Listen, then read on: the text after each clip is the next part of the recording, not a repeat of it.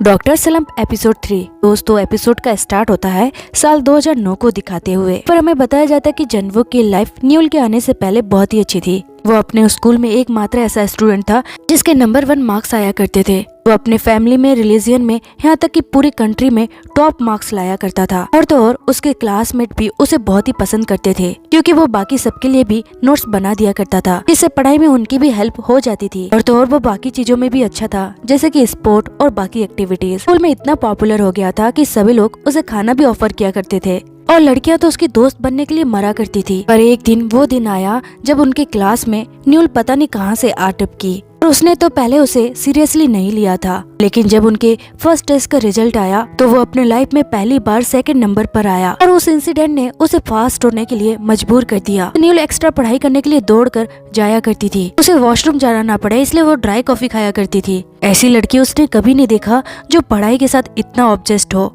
और फिर जंगवुक ने भी अपने आप को फास्ट करने के लिए ये सब कुछ करना शुरू कर दिया, यहाँ तक कि उसने अपने नींद को भी सेक्रीफाइस कर दिया।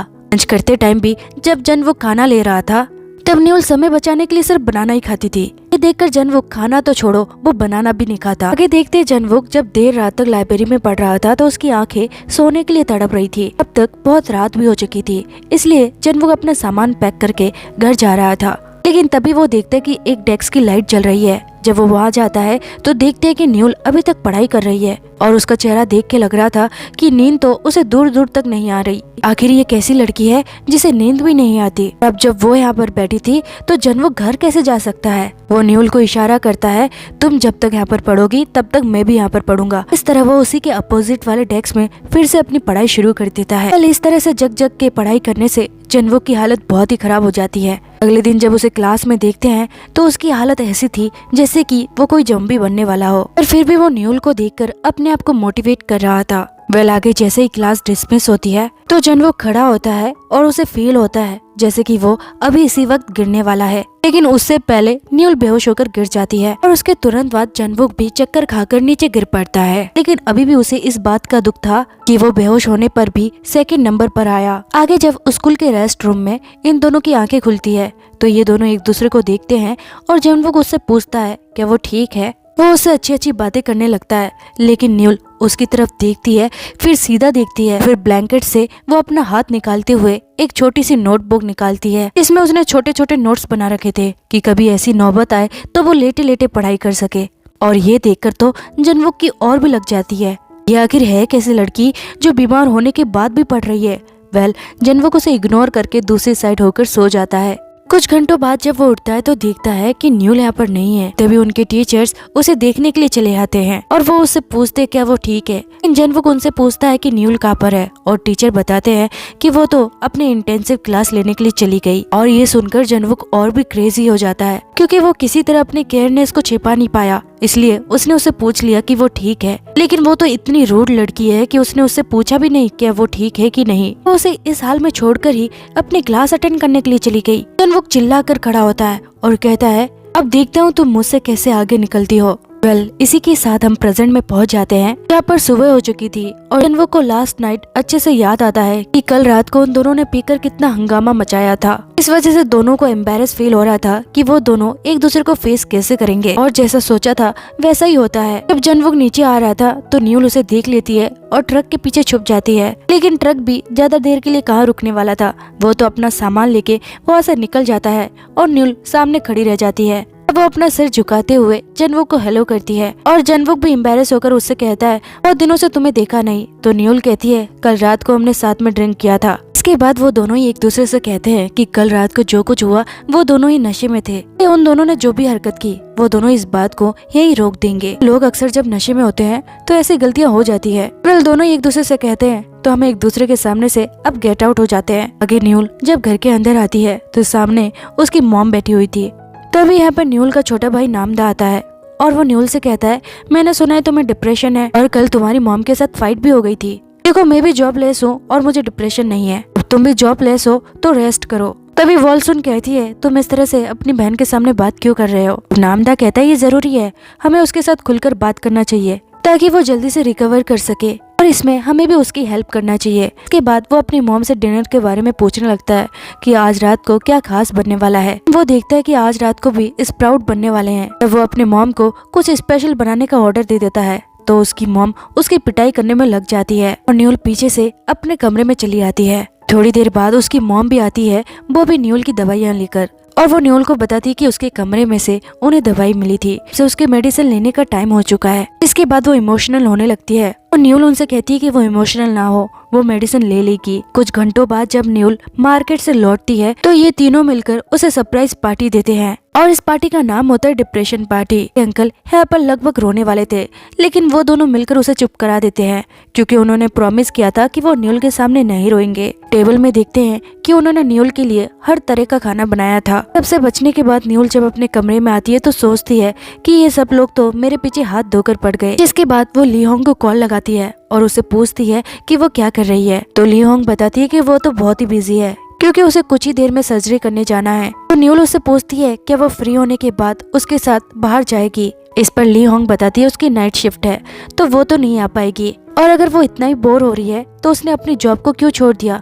अगर वो जॉब फिर से ज्वाइन करना चाहती है तो वो उसके लिए प्रोफेसर से बात कर लेगी। सुनते ही न्यूल कॉल कट कर देती है। दूसरी तरफ हम जनवुक को उसके वकील के साथ देखते हैं। नेक्स्ट वीक उसके केस की सेकंड हियरिंग है और अब तक ये नहीं पता चला कि उस बोतल के ऊपर उसके फिंगरप्रिंट्स कैसे आए थे। यहाँ तक कि लॉयर्स ने उनके सारे एम्प्लॉय से बात किया, लेकिन कुछ भी ऐसा नहीं निकला जिससे उनके केस में हेल्प हो सके। और फिर लॉयर जनवुक को एक बात और बताते हैं कि डॉक्टर कांग अगले हियरिंग में उनके क्वेश्चनों का जवाब देने के लिए कोर्ट में हाजिर होंगे। ये सुनकर जनवुक को हैरानी होती है क्योंकि अचानक वो गवाही देने के लिए राजी क्यों हो गया। और लॉयर भी जनवुक से कहते हैं आश्चर्य तो उनको भी हुआ, उसने मना कर दिया था और अचानक उसने हाँ कर दिया है। वैसे वो अगर कोर्ट पर आकर गवाही देता है और सारी चीजों को टेस्टिफाई करता है तो जनवुक के लिए ये बहुत ही अच्छा होगा। आगे जब जनवुक और क्योंगमिन बाहर आते हैं, क्योंगमिन उससे कहता है मैंने तो सोचा था वो बुरा लड़का होगा, लेकिन शायद मैं उसके बारे में गलत था। और जनवुक भी उससे कहता है मुझे भी ऐसा ही लग रहा है, लेकिन कहीं न कहीं मुझे उस पर शक भी हो रहा है। हम दूसरी तरफ डॉक्टर कांग को जनवुक के अपार्टमेंट में चोरी छुपे घुसते हुए देखते हैं। जब उसे अंदर घुसने का कोई रास्ता नहीं मिलता, वो खिड़कियां तोड़कर दरवाजा अंदर से खोल लेता है और यही आवाज नीचे तक भी आती है। लेकिन वॉल्सुन को लगता है कि उन्हें कोई गलतफहमी हुई है और वॉल्सुन की मदर नामदा को आकर कहती है कि ये ब्लैंकेट ले जाकर रहने वाले लड़के को दे आए, जबकि नामदा का कहना होता है कि उसे ब्लैंकेट की क्या जरूरत है, वो कोई गरीब थोड़ी है, वो एक डॉक्टर है तो उसके पास सब कुछ होगा। तब वॉल्सुन उसे कहती है कि उसने सुना है कि वो यहाँ पर इसलिए शिफ्ट हुआ है क्योंकि वो बैंकरप्ट हो गया है, उन्हें उसकी थोड़ी बहुत हेल्प कर देनी चाहिए। पर नामदा कहता है मैं तो नहीं जाने वाला। वॉल्सुन उसे धमकी देती है कि वो उसके पॉकेट मनी से कुछ पैसे काट लेगी। ये सुनते ही नामदा तुरंत ब्लैंकेट देने के लिए ऊपर आ जाता है। वो यहाँ पर आता है तो देखता है कि दरवाजा खुला हुआ है कि खिड़की भी टूटी हुई है, और जैसे ही वो अंदर आता है तो पीछे से जनवुक भी आ जाता है। जनवुक उससे पूछता है कि वो यहाँ पर क्या कर रहा है, तो नामदा उसे बताता है कि वो उसे ब्लैंकेट देने आया था, लेकिन यहाँ पर आकर देखा घर का दरवाजा खुला है और खिड़की भी टूटी हुई है। अगले सीन में यहाँ पर हम पुलिस को देखते हैं जो अपनी जांच करती है और उन्हें बताती है कि कोई भी सामान मिसिंग नहीं हुआ है। वो आगे पता करने के लिए पास ही के सीसीटीवी फुटेज को चेक करेंगे। जैसे ही कुछ पता चलेगा वो उन्हें तुरंत इन्फॉर्म कर देंगे। इसके बाद पुलिस यहाँ से चली जाती है और वॉल्सुन जनवुक से कहती है कि आज रात को वो उनके अपार्टमेंट में सो जाए क्योंकि खिड़की टूट चुकी थी जिससे बहुत ही ठंडी हवा अंदर आ सकती है। लेकिन जनवुक उन्हें थैंक यू कहते हुए इसके लिए मना कर देता है और कहता है कि मैं खिड़कियों में बड़े बड़े न्यूज़पेपर लगा दूंगा, उसे रात में सोने में कोई दिक्कत नहीं होगी। के बाद वो दोनों भी नीचे चले जाते हैं। जनवुक सैड होकर कांच के टुकड़ों को उठाने लगता है। थोड़ी देर बाद यहाँ पर न्यूल आती है और कहती है मैंने सुना है तुम्हारे घर पर ऐसा कुछ हो गया है, इसलिए मैं तुम्हें यहाँ पर देखने चली आई। वैसे मेरी मॉम पूछ रही थी कि तुम यहाँ पर कैसे सोओगे, तो क्यों ना आज रात को तुम हमारे घर पर सो जाओ। वो कहता है ऐसा कुछ नहीं है, मैं यहाँ पर थोड़ी सोने वाला हूँ। तब न्यूल कहती है तो कहाँ पर सोने वाले हो? क्योंगमिन के घर पर। मुझे पता है कि आज रात को उसकी नाइट शिफ्ट है। ये सुनकर जनवुक कहता है तो क्या मेरे दूसरे फ्रेंड्स नहीं है, मैं उनके घर चला जाऊंगा। अभी न्यूल कहती है कौन से फ्रेंड्स जिनके साथ तुम्हारा झगड़ा हो गया और वो तुम्हारा कॉल भी नहीं उठा रहे, तो चलो अब बहाना देना बंद करो और नीचे आकर सो जाना। वैसे तो ये मेरे लिए ऑकवर्ड है पर चलता है क्योंकि मैं भी ऐसा नहीं चाहूंगी कि मेरा क्लासमेट ऐसे यहाँ पर सोए। जिसके बाद वो भी जनवुक की हेल्प कराने के लिए आ जाती है और उसे डराने लगती है कि अगर वो इस तरह रूम में सोएगा तो क्या पता वो काला सूट वाला आदमी फिर से आ जाए और उस पर हमला कर दे और उसे मारकर कहीं नदी में फेंक दे, तो किसी को क्या पता चलेगा। ये सब सुनकर जनवुक कहता है मुझे डराना बंद करो। न्यूल भी उसे परेशान देकर उसे कहती है चिंता मत करो, सब कुछ जल्दी ठीक हो जाएगा, इन सब में तुम्हारी कोई गलती नहीं थी। और अगले ही सीन में हम जनवुक को न्यूल की फैमिली के साथ देखते हैं। वॉलसून कहती है कि मुझे नहीं पता था तुम दोनों सेम स्कूल में जाया करते थे। ये तो अच्छी बात है कि तुम दोनों एक दूसरे को बहुत ही अच्छे से जानते हो। तब न्यूल कहती है ऐसा कुछ नहीं है, हम दोनों इतने क्लोज भी नहीं थे। और जनवुक भी कहता है हाँ ये सच बात है, तुम्हारे क्लोज आना भी कौन चाहता है। सुनते ही वॉलसून की मदर अच्छे खाने की प्लेट को पीछे खिसका लेती है। ये देखकर जनवुक कहता है आप गलत समझ रहे हैं, मैं आपको इसकी वजह अच्छे से एक्सप्लेन करता हूँ। न्यूल के पास इतना टाइम नहीं था कि वो हमसे बातचीत करे या हमारे साथ कहीं घूमने चले। न ही स्कूल के अंदर न ही स्कूल के बाहर वो किसी से बात करती थी। यहाँ तक कि जब हम उसे तवो की खाने के लिए इनवाइट करते थे तो वो बहाना देती थी कि इससे उसे एलर्जी है, और ऐसा झूठ बोलकर वो अपनी पढ़ाई करती थी। न्यूल कहती है तो तुम्हें पता था कि मैं झूठ बोलती थी। इस पर जनवुक कहता है ऑफ कोर्स मुझे पता था, तोबुक से किसी को भी एलर्जी नहीं हो सकती। इन्हीं सभी वजहों से हम दोनों कभी क्लोज फ्रेंड नहीं बन पाए। तब न्यूल बताती है कि वो तोबो की खाना चाहती थी, यहाँ तक कि उसका मन करता था कि वो आर्केड और कराओके गेम में जाए, लेकिन मन ही मन उसे पता था कि उसे पढ़ाई करनी है, इसलिए वो अपने मन को रोक कर पढ़ाई करती थी। ये सब सुनते ही वॉलसून फिर से रोने लगती है और कहती है मुझे तो पता ही नहीं था तुम इतना मन मार कर पढ़ाई करती थी। फिर सभी मिलकर उसे चुप कराते हैं और खाना एंजॉय करते हैं। खाना खाने के बाद न्यूल जनवुक को उसके सोने की जगह दिखाती है और न्यूल उससे पूछता है कि वो अभी आइसक्रीम खाने जा सकते हैं। वो दोनों ही फ्रस्ट्रेशन वाले सिचुएशन से गुजर रहे हैं तो बाहर जाकर वो फ्रेश एयर भी ले लेंगे, पर न्यूल इसके लिए मना कर देती है क्योंकि बहुत रात हो चुकी थी। और जैसे न्यूल उसे गुड नाइट कहके अपने कमरे की तरफ जा रही थी, वो देखती है कि उसकी मॉम उसके दरवाजे पर थी। और इससे पहले कि उसकी मॉम फिर से उसे परेशान कर दे, वो जनवुक के पास आकर कहती है चलो आइसक्रीम खाने चलते हैं। अगले सीन में हम लीहोंग को देखते हैं जो अभी अभी अपना काम खत्म करती है और फिर वो न्यूल के बारे में सोचने लगती है कि वो घर पर अकेली रहकर बोर हो रही होगी। काम की वजह से वो उसके साथ कहीं घूमने भी नहीं जा पा रही, और जितना वो उसे जानती है उसे अपने आप को बिजी करना भी नहीं आता। तो क्यों ना वो इंटरनेट पे कुछ आइडिया ढूंढ ले ताकि वो अपने आप को बिजी कर सके। इसलिए वो यूट्यूब पे इसके बारे में सर्च करती है तो उसे यूट्यूब पेज पर एक वीडियो मिलता है जो दीक्योंग का होता है कि वीडियो के टाइटल पे लिखा था कि क्रेन्स को फोल्डिंग कैसे करे विद ब्लैंकेट। जब वो ये वीडियो खोलती है तो इसमें बहुत ही स्टूपिड चीजें थी, लेकिन फिर भी उसे वीडियो पसंद आता है और वो चैनल को सब्सक्राइब कर लेती है। और वहीं दूसरी तरफ हम देग्योंग को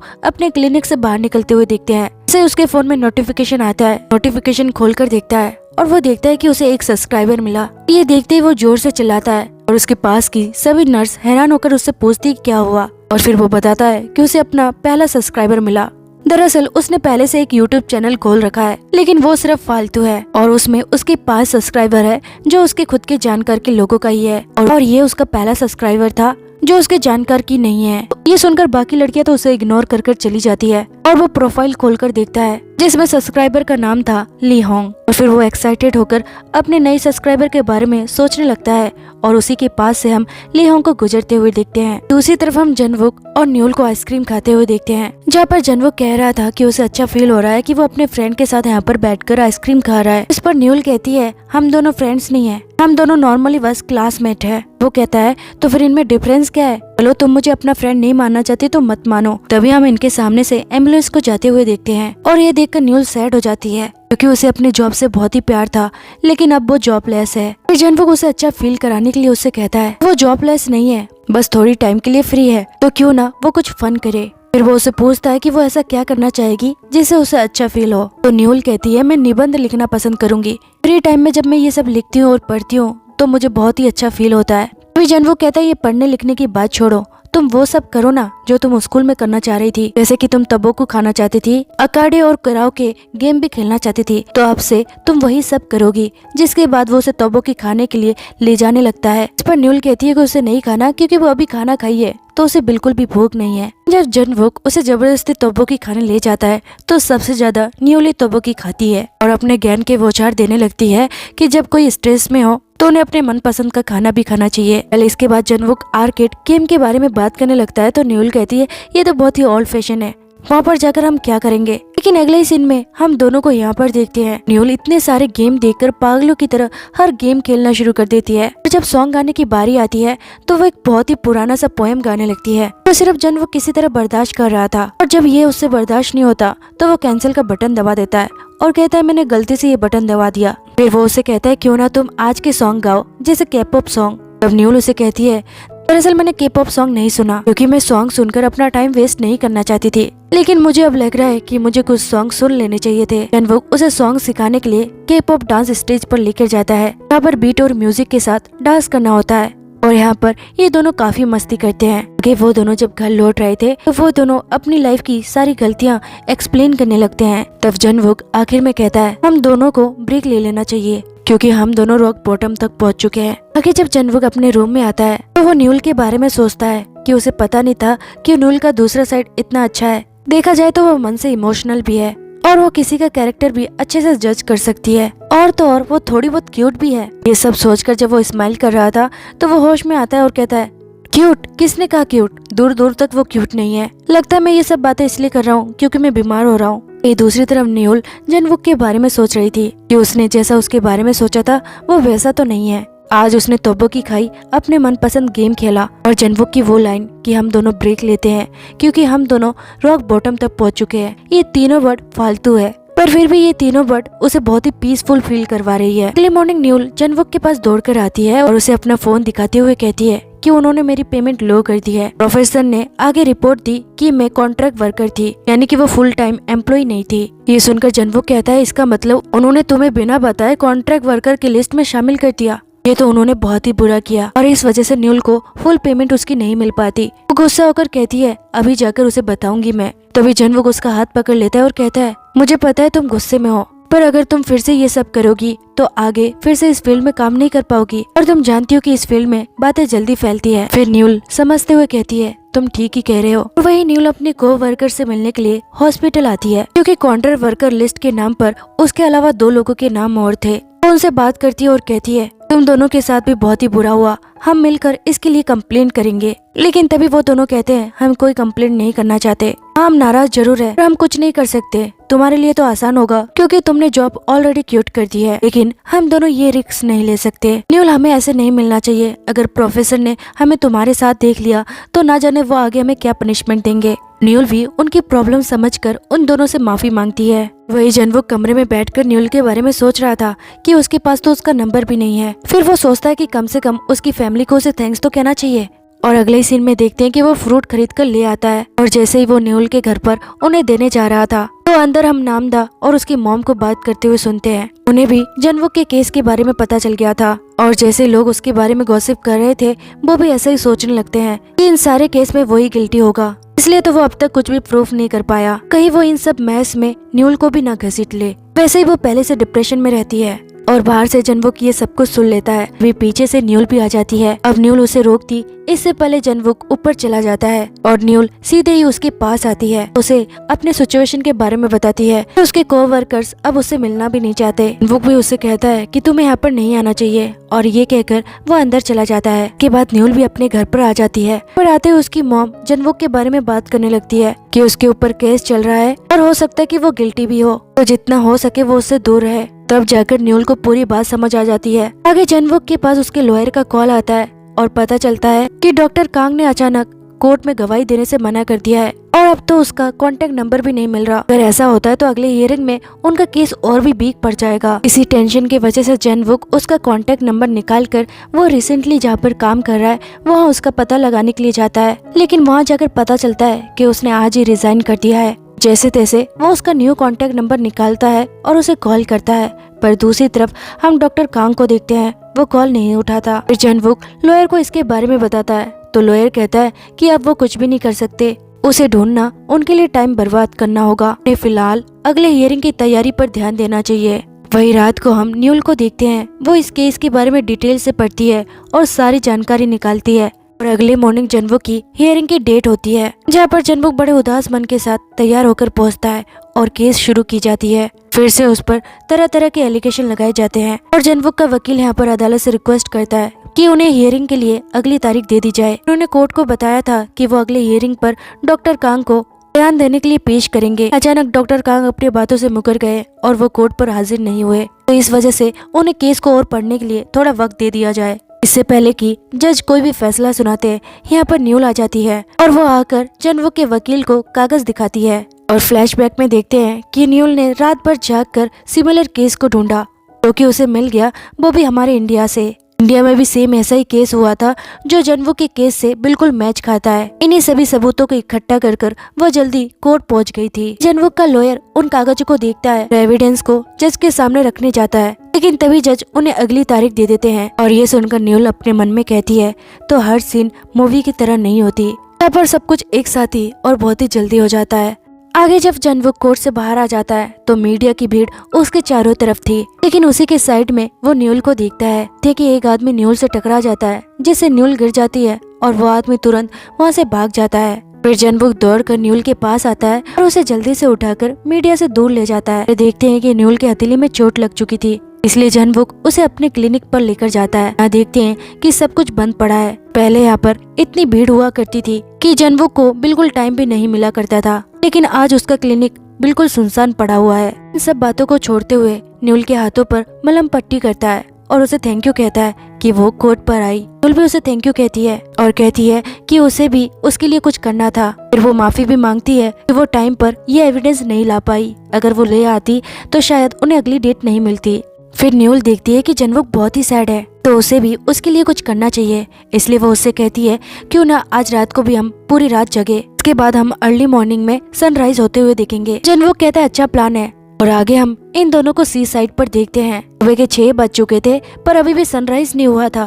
फिर जब वो वेदर को चेक करते हैं तो पता चलता है कि यहाँ पर मौसम आज ऐसा ही रहेगा और तो और बरसात होने की संभावना भी है। न्यूल कहती है यहाँ पर आने के बाद भी हम सनराइज नहीं देख पा रहे हैं। इस पर जनवुक कहता है कोई बात नहीं, ये नजारा भी तो इतना सुंदर है, कम से कम हम दोनों कुछ मेमोरीज तो बना रहे हैं। जिसके बाद जनवुक अचानक न्यूल से उसका फोन नंबर मांगता है और न्यूल पूछती है पर किस लिए। तो जनवुक कहता है क्योंकि मैं तुम्हारा सिर्फ क्लासमेट बनकर नहीं रहना चाहता, मैं तुम्हारा बेस्ट फ्रेंड बनना चाहता हूँ। और दरअसल न्यूल भी मन ही मन उसका फोन नंबर चाहती थी, इसलिए न्यूल कहती है ठीक है अगर तुम चाहते हो तो मैं तुम्हें फोन नंबर दे देती हूँ। बाद वो जनवुक को मुस्कुराते हुए देखकर खुद भी मुस्कुराती है और सोचती है कि वो कितना डिप्रेशन में है, पर फिर भी वो उसे कंफर्ट फील करा रहा है। जब ये दोनों यहाँ पर एक दूसरे को कंफर्ट फील करा रहे थे तब हम दूसरी तरफ बेड के नीचे एक पेन को देखते हैं और अपार्टमेंट के बाहर लाइट जलते हुए देखते हैं, यानी कि डॉक्टर कांग फिर से बाहर आया होगा और शायद जनवुक के अपार्टमेंट में कुछ ऐसा सबूत तो जरूर है जो छूट गया है और वही ढूंढने के लिए उसे बार बार यहाँ पर आना पड़ रहा है। वेल आगे हम थोड़ा सा सीन और देखते हैं जहाँ पर 2009 में जब जनवुक से बिना हालचाल पूछे अपने क्लास के लिए चली गई थी, उससे पहले न्यूल ने उसके लिए एक नोट लिखा था कि तुम्हें स्ट्रॉन्ग रहने की जरूरत है, जल्दी सब कुछ ठीक हो जाएगा। तभी उसने बाहर एक लेडीज की आवाज सुनी जो चिल्ला रही थी, उनके टीचर पर चिल्ला रही थी और ये जनवुक की मदर होगी जो कह रही थी कि अचानक उसे क्या हो गया है, उसके नंबर भी कम आ रहे हैं और वो ऐसे बेहोश होकर गिर रहा है, मैं आपसे बहुत ही डिसअपॉइंटेड हूँ। और ये देखकर न्यूल को भी समझ आता है कि उसके पेरेंट्स कितने स्ट्रिक्ट है। तभी पीछे से न्यूल की मदर आ जाती है जो उसे इस तरह देखकर परेशान हो जाती है, उसे अच्छा खाना खिलाने के लिए अपने साथ लेकर जाती है और तभी वो नोट न्यूल के हाथ से गिर गया था जो कि वो जनवुक को नहीं दे पाई। वेल इसी के साथ ये एपिसोड एंड हो जाती है।